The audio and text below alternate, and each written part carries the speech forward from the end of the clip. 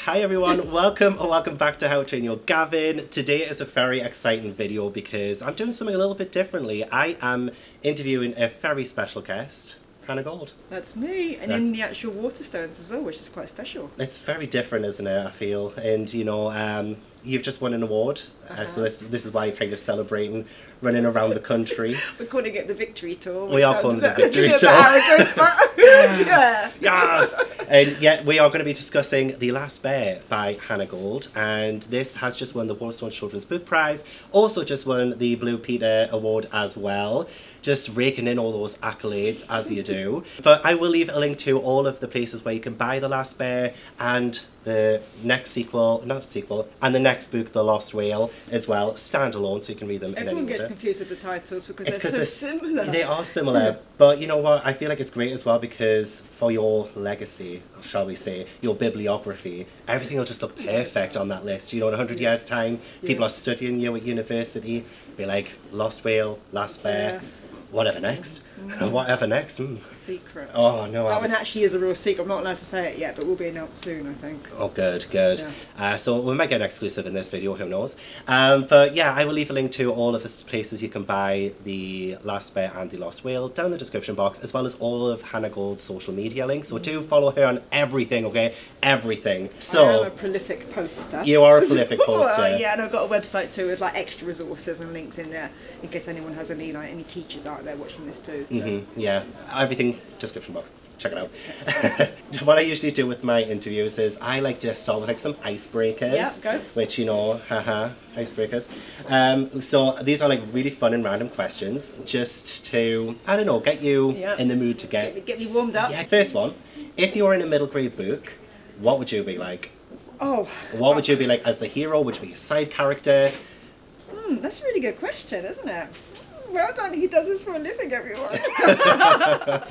I think I would be like, I would be the hero. I like to think, but I'd be like a shy, slightly reluctant hero that would need a push to get going and have to go through this arc of transformation and self-belief to get to the end. Very transformative by the end. That's this character arc, I love to say it. All the best middle grade heroes, you know, start off timid, I guess, and then come into their own. It's a bit of a hurrah moment. Victory moment. That's the theme of today, victory. What is something you love to do outside of writing? You know, touring?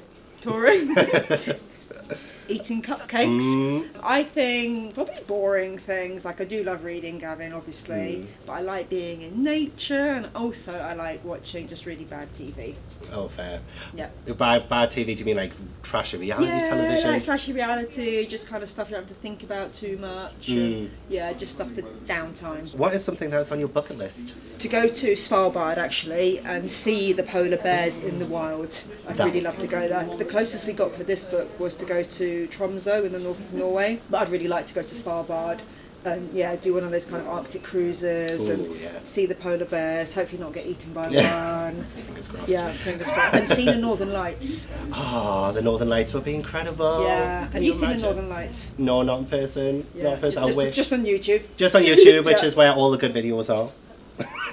So what is, in real life, the closest thing to magic to you?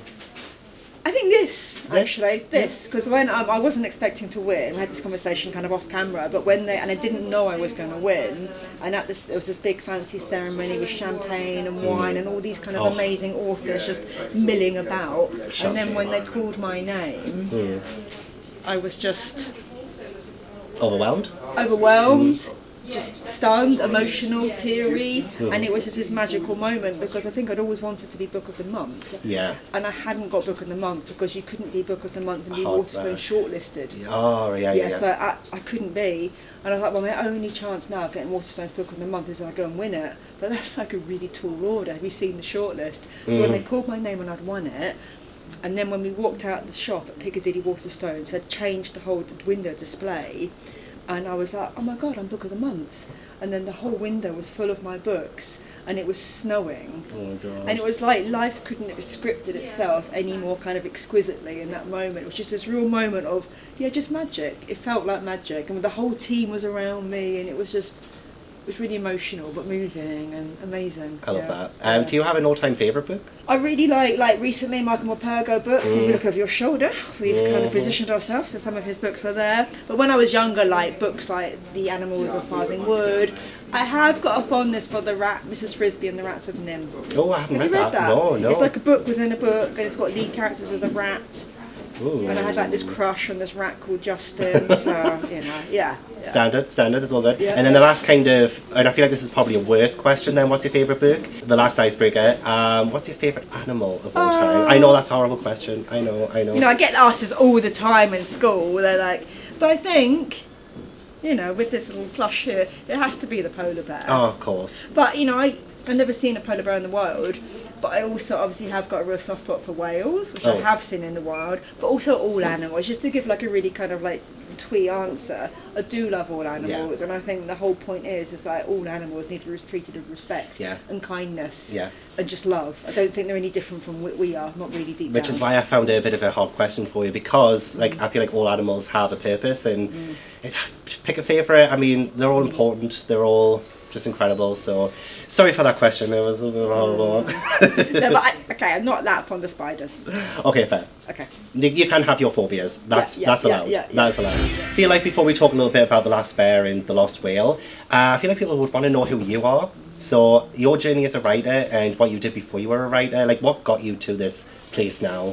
Wow. Big question. I'm not going to give you the really long answer. Like, you were born. I've only got like 5 hours. No, but just to amalgamate it, then I wanted to be a writer for a long time, like since I was really young, and then I did some writing at university, and then I started writing my first book like late 20s, I'm mid 40s now, which is really transparent. No, I don't look it.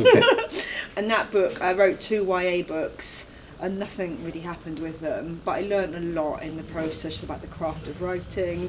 But mostly I think I learned the stuff in your head, and that's what I'm really interested in as an author, I think, and as a person. It's like, who do you become in the process of acquiring a dream? Who do you become in the process of trying to make a dream come true? Yeah. Because it's so much of it in any creative industry is about, I think, your level of your ability to back yourself.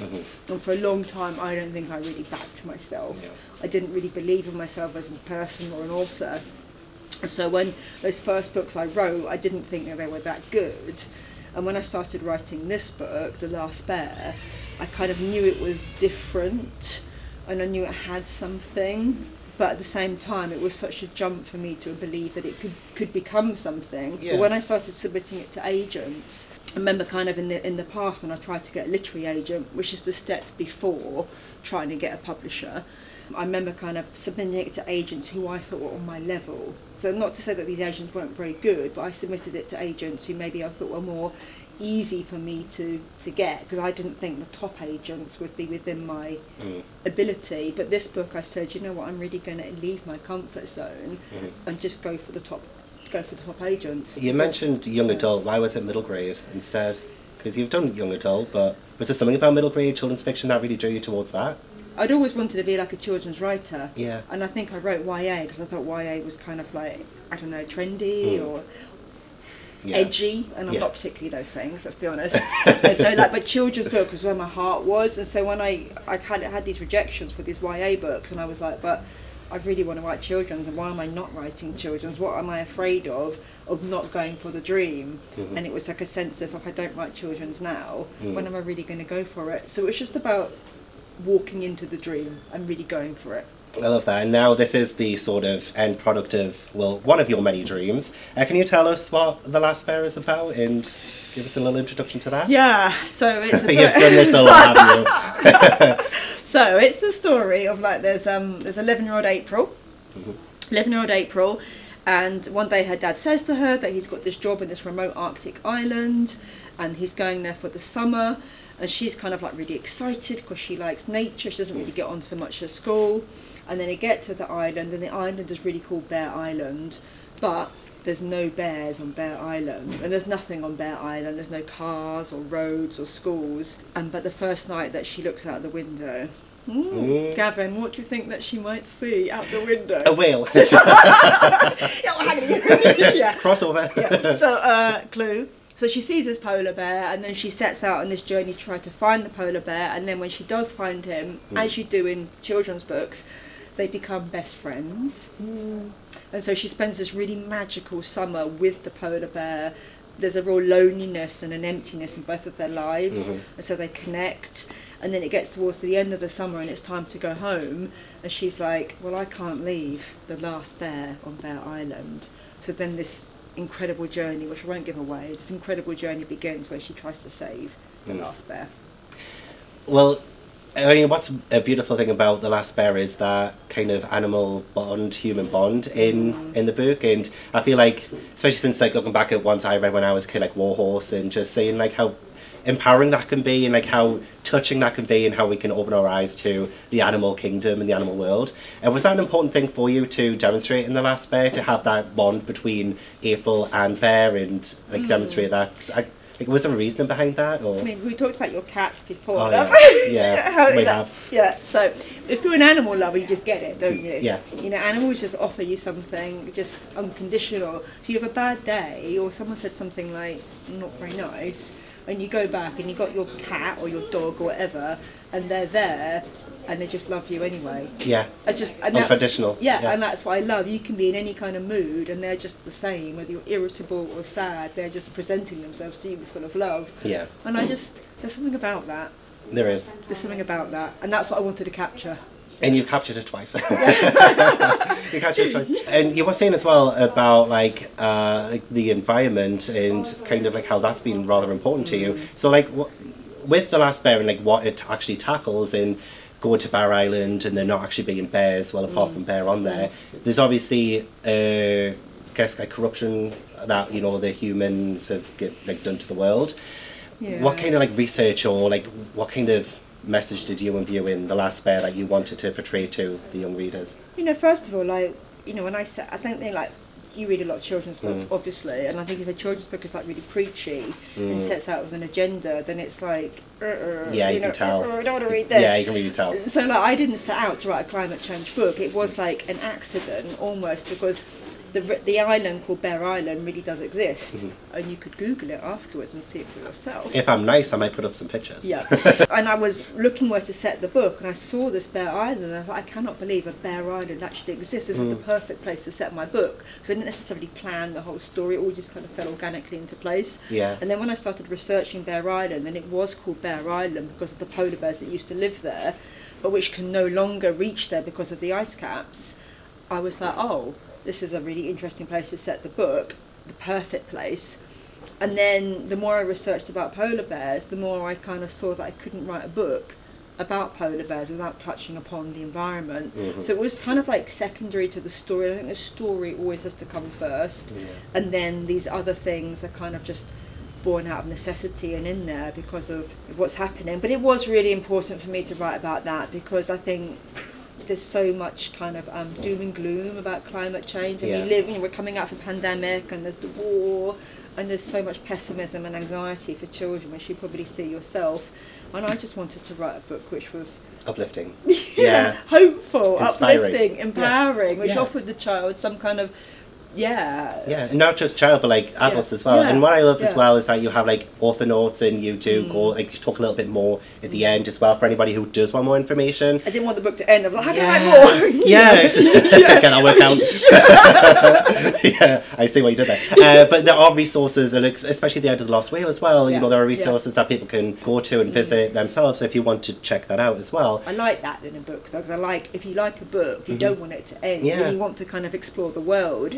And what I tried to do is kind of incorporate the fact with the fiction. So in The Lost Whale, it's all about this grey whale migration, and it mentions this database called the Happy Whale Database, which is a sort of a group of citizen scientists who observe the grey whales as they migrate, and count them. And that's actually, there's a real website called the Happy Whale Database. So if you go on it and look at it, you can see where these whales are spotted, and you see pictures of them, and it's just like a nice, not everybody would go and have a look at it, but if somebody does, it just it builds upon the world building in the book. Oh, 100%. And I will also leave a link to that in the description box, because that sounds awesome. Yeah. Well, you mentioned the Lost Whale. Could you... It's hiding. Fresh off the presses. Would you like to tell us a little bit about what your next book is about? First of all, I kind of feel sorry for it, because it comes out on the same day as the Waterstones prize ceremony. It was about to have its big moment, and then the other book comes along and gets a special edition and wins the prize. This beautiful special edition, which you can, I think, only get at Waterstones? Yeah, only Waterstones. Only Waterstones. Check it out.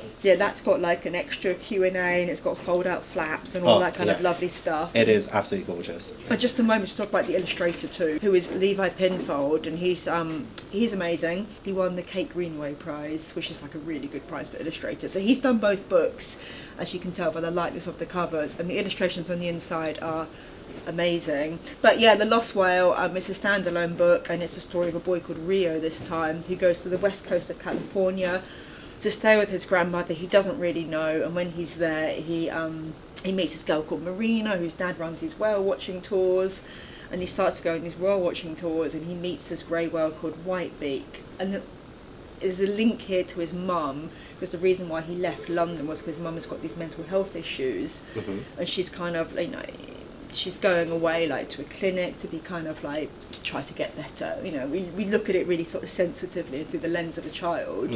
So he goes and he's like, but I really want to try to make her better. Yeah. You know, he's got that childlike sense of I want her to be well, and it's my responsibility. So he comes across this whale called Whitebeak, and because white grey whales can live like maybe 40 to sort of 70 years old, his mum, who grew up in California, also knew this same whale.